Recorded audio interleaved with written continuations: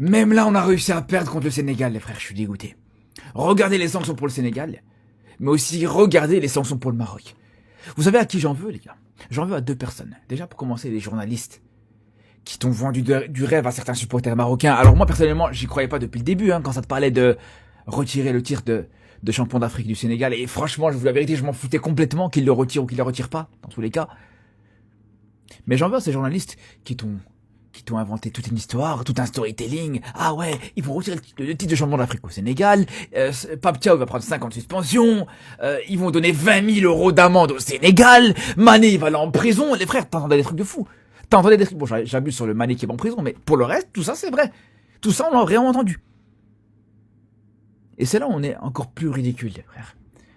C'est que tu vois, certains de nos journalistes, alors je généralise pas, je parle de certains de nos journalistes, qui t'ont vendu des trucs de fou. Ah ouais, regardez le Sénégal, ils vont prendre cher, regardez, voilà. Il y en a qui t'ont même dit, le match va se faire rejouer, le titre va être donné au Maroc, des trucs de fou. Tout ça pour qu'au final, on a quasiment les mêmes sanctions que le Sénégal, au final, les frères. On a les mêmes sanctions quasiment que le Sénégal, alors que... Clairement, il y a eu beaucoup plus de choses qui ont été faites du côté du Sénégal que du côté du Maroc, les frères. On va pas se mentir. Déjà, quand on voit juste au niveau des dégâts matériels et humains qu'ont pu faire les supporters,